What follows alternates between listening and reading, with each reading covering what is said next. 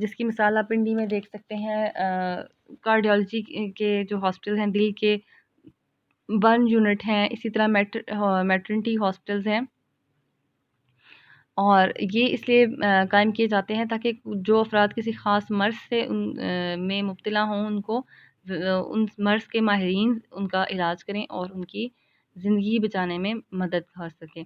اس کے علاوہ غذائیت کی تحقیق کے لیے اسلام آباد میں ایک ڈائریکٹوریٹ قائم کیا گیا ہے، اور اس طرح کا ایک جو انسٹیٹیوٹ آف پبلک ہیلتھ ہے وہ لاہور میں بھی کام کر رہا ہے. WHO کے تعاون سے یہ ادارہ اسلام آباد کا غذائیت کا ادارہ کام کر رہا ہے تاکہ ناقص غذا کے اوپر اوورال پورے ملک کے اندر اور خاص طور پر بڑے شہروں سے کراچی، لاہور وغیرہ میں کوشش کی جائے. اور کیونکہ پاکستان ان کنٹریز میں آتا ہے جو کہ میل نیوٹریشنسٹ ہیں، جہاں پہ لوگوں کو خاص طور پر خواتین کو اور بچوں کو غذائیت کی کمی کا وہ شکار رہتی ہیں.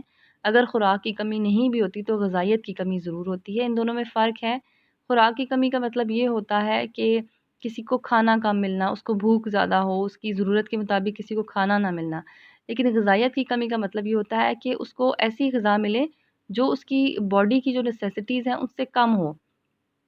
اور ایسے غذا وہی اچھی ہوتی ہے جس کے اندر ہر چیز شامل ہو، جیسے کہ دودھ، پھل، سبزیاں، انڈے، گوشت. اور اگر ایک ایسی غذا بہت سارے لوگوں کو ملتی ہے جو کہ ایک ہی چیز پر مبنی ہوتی ہے، جیسے کچھ چیزیں جو کہ بہت ساری پاکستان کے اندر ایسے بہت بڑا طبقہ ہے جو ان کو افورڈ نہیں کر سکتا، تو اس طرح یہ لوگ پھر غذائیت کی کمی کا شکار ہوتے ہیں. تو غذائیت کے اوپر تحقیق کا ادارہ بھی ہے، اور جو غذا لوگوں کو فراہم کی جاتی ہے اس کے اندر ملاوٹ کو کنٹرول کرنے کے لیے بھی کوششیں جاری ہیں. اب ہم دیکھیں گے کہ پاکستان کے اندر صحت کے مسائل ہم کون کون سے دیکھتے ہیں. پاکستان صحت کے حوالے سے بڑا بدقسمت ملک ہے کہ ہمارے ہاں صحت کے حوالے سے کوئی حوصلہ افزا چیزیں ہمیں نظر نہیں آتی. سب سے پہلی چیز جو ہمیں صحت کے مسائل میں نظر آتی ہے وہ ہے کثرت امراض. یعنی پاکستان میں بہت زیادہ امراض پائے جاتے ہیں، اور ان میں وہ امراض بھی ہیں جو کہ باقی کنٹریز میں بہت حد تک کنٹرول ہو چکے ہیں. جیسے میں نے آپ کو پولیو کا بتایا کہ پاکستان میں پھر بھی کہیں نہ کہیں پولیو کے کیسز آتے رہتے ہیں، تو باقی کنٹریز میں یہ کنٹرول ہو چکا ہے. اسی طرح ٹی بی دنیا میں بہت کم پائی جاتی ہے، لیکن پاکستان میں اس کے بہت پیشنٹس ہیں. اور ایسی بیماریاں بہت زیادہ ہیں جو کہ ناقص غذا سے یا گندے ماحول سے یا خوراک کی کمی سے ہوتی ہیں. اور اس کے علاوہ دل کے امراض پاکستان میں بکثرت پائے جاتے ہیں، اور کوئی بھی ایسا جو بھی وبا پھیلتی ہے تو وہ بہت جلدی سے پھیل جاتی ہے، جیسے کہ ڈینگی، ملیریا، ہیضہ، ٹائیفائڈ، ٹی بی. اور اس کی ایک ریزن یہ ہے کہ لوگ خود بھی صحت کا اور صفائی کا خیال نہیں رکھتے، اور حکومتی سطح پر بھی بہت زیادہ ایکٹیولی اس کو کنٹرول نہیں کیا جا رہا. اس کے بعد پاکستان کے صحت کے مسائل میں، اور یہ ایک بہت بڑا مسئلہ ہے کہ پاکستان میں مریضوں کی تعداد ہی اتنی زیادہ ہوتی ہے کہ ڈاکٹرز اور ہاسپٹلس کے اوپر بہت زیادہ ورک لوڈ اور بہت برڈن ہوتا ہے. ہر وقت ہاسپٹلز میں اگر آپ گورنمنٹ ہاسپٹلس کی OPDs یا ایمرجنسی میں جائیں تو بہت بڑی تعداد ہمیں مریضوں کی نظر آتی ہے. اس کے ساتھ آپ دوسری طرف دیکھیں تو جو طبی سہولیات ہیں وہ بھی پاکستان میں کم ہیں. پرائیویٹ ہاسپٹلز بہت اچھی فیسلٹیز فراہم کرتے ہیں، لیکن وہاں کا علاج ہر شخص افورڈ نہیں کر سکتا. اور جو گورنمنٹ ہاسپٹلز ہیں وہ پیشنٹس کو وہ طبی سہولیات فراہم نہیں کر سکتے جو کہ ان کے مریضوں کے لیے فوری طور پر سکون کا باعث ہوں. جیسے آپ نے کو اکثر پتہ ہوگا کہ گورنمنٹ ہاسپٹل میں اگر کوئی شخص کسی ٹریٹمنٹ کے لیے جاتا ہے اور اس کو کوئی سویئر ڈیزیز بھی ہو تو اس کو اور اس کی آپریشن کروانا ہو یا سرجری کے لیے جو ٹائم ملتا ہے وہ اتنا دور کا ملتا ہے کہ تب تک مریض کے ایکسپائر ہونے کا خطرہ ہوتا ہے. تو اس لحاظ سے پاکستان میں جتنے مریضوں کی اور امراض کی کثرت ہے اس لحاظ سے ہاسپٹلس کی، ڈاکٹرز کی اور جو میڈیکل فیسلٹیز ہیں ان کی بہت کمی ہے. اور جو میڈیکل کی فیسلٹیز حاصل ہیں وہ بھی غیر معیاری ہیں. اگر ہم کسی ڈیولپ کنٹری سے اپنے کنٹری کی ہیلتھ فیسلٹیز کا مقابلہ کریں تو وہ بالکل نہ ہونے کے برابر ہیں. اس کے بعد پاکستان کے صحت کے مسائل میں ایک اور بڑا ریزن ہے پاکستان کی اوور پاپولیشن. پاکستان کی آبادی اتنی زیادہ ہے کہ اس نے پاکستان کے جو میڈیکل سٹرکچر ہے اس کے اوپر اس کو بہت برڈنائز کیا ہوا ہے، اور اتنی زیادہ آبادی کو اتنے فیسلٹیز فراہم کرنا حکومت کو لیے اس بجٹ میں ممکن نہیں ہوتا.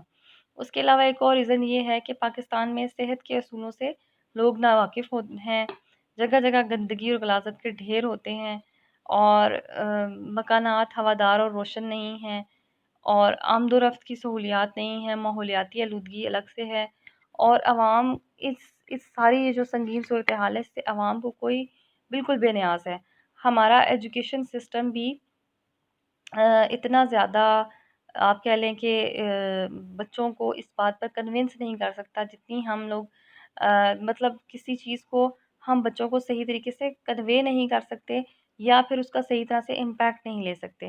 پریکٹیکل نالج نہیں ہے ہماری طرف. جس طرح سے ابھی آپ کو میں صحت کے مسائل پڑھا رہی ہوں، اور آپ یہ پڑھ کے اگر آپ پھر بھی گلی اور باہر دیکھیں گے، باہر آپ میس ڈالتے ہیں، اپنی اور اپنے ارد گرد کی صفائی کا خیال نہیں رکھتے، تو پھر اس ساری پڑھائی کا فائدہ نہیں ہوتا. لیکن ہم لوگوں کی جو تعلیم ہے وہ صرف رٹے کی حد تک اور نمبر اور مارکنگ کی حد تک رہ گئی ہے، اور اس تعلیم کو کیوں آپ کے سلیبس میں شامل کیا گیا ہے اس کا مقصد بھی حاصل ہونا چاہیے.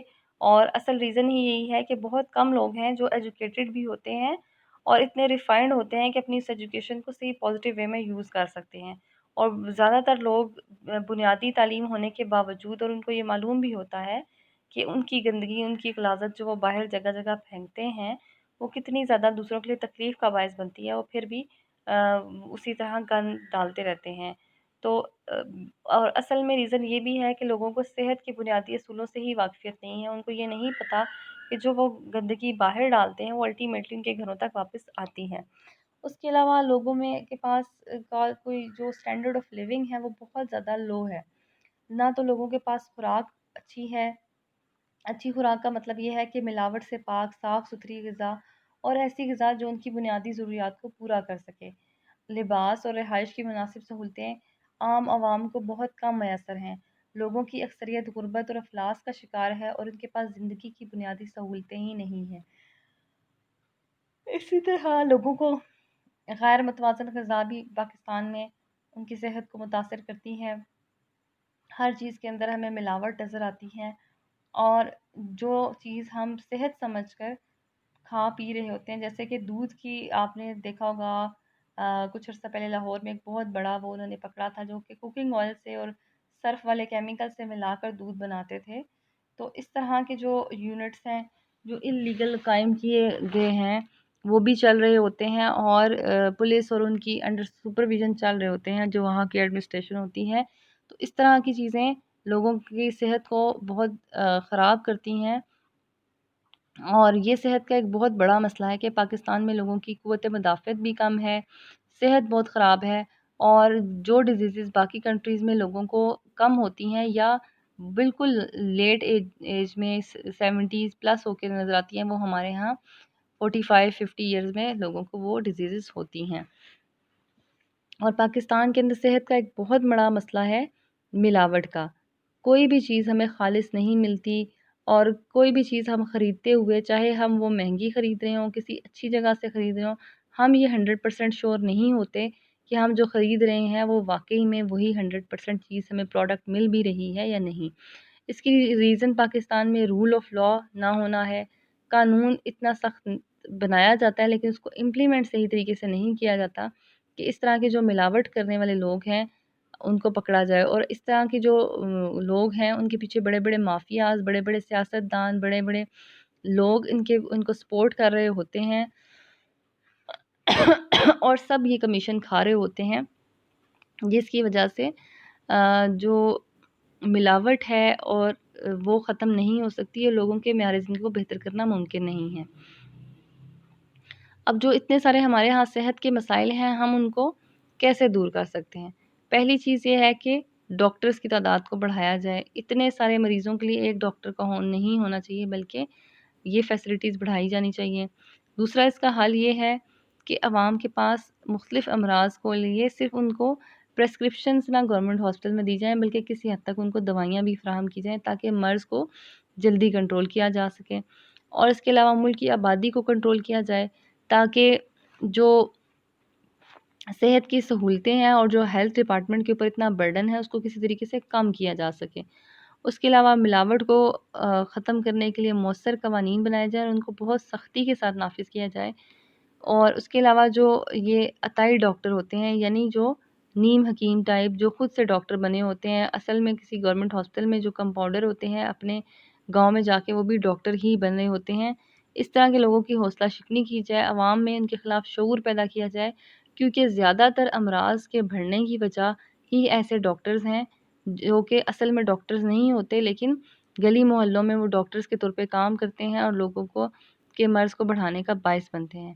اس کے علاوہ جو ذرائع ابلاغ یعنی میڈیاز کے ذریعے، کانفرنسز کے ذریعے کہ لوگوں کے اخلاقی معیار کو بہتر بنانے کے لیے کوششیں کرنی چاہیے، جس میں یہ بھی ہے کہ لوگوں کو حفظان صحت کے اصولوں سے واقفیت دی جائے، ان کو یہ بتایا جائے کہ صحت کا تعلق صفائی اور پاکیزگی سے کتنا ہے، اور انہوں نے صرف اپنے آپ کو، اپنے گھر کو نہیں بلکہ اپنے گلی محلوں، روڈز اور جہاں جہاں وہ ٹریول اور کام کرتے ہیں اس سب کو صفائی کا خاص خیال رکھنا ہے، اور جو ان کی اخلاقی لحاظ سے جو ان کے اندر بہتری آئے گی اس سے ہم اوورآل اپنے ماحول کو صاف ستھرا بنا سکتے ہیں، اور ایک صاف ستھرے ماحول سے بہت سارے ایسے ہم امراض کو کنٹرول کر سکتے ہیں جو کہ وبائی صورت میں آتے ہیں یا گندگی کی وجہ سے پھیلتے ہیں، اور اس طرح ان بیماریوں کے مریض جب کم ہوں گے تو ہیلتھ ڈپارٹمنٹ کے اوپر بھی ورک لوڈ کم ہوگا، اور حکومت کا وہ بجٹ جو بہت ساری وباؤں کو کنٹرول کرنے میں لگ جاتا ہے وہ بچ سکتا ہے، اور کسی پازیٹیو کام میں یا کسی ایسی بیماری میں یا ہیلتھ ڈپارٹمنٹ میں اس طرح سے لگ سکتا ہے جو کہ عام عوام کے لیے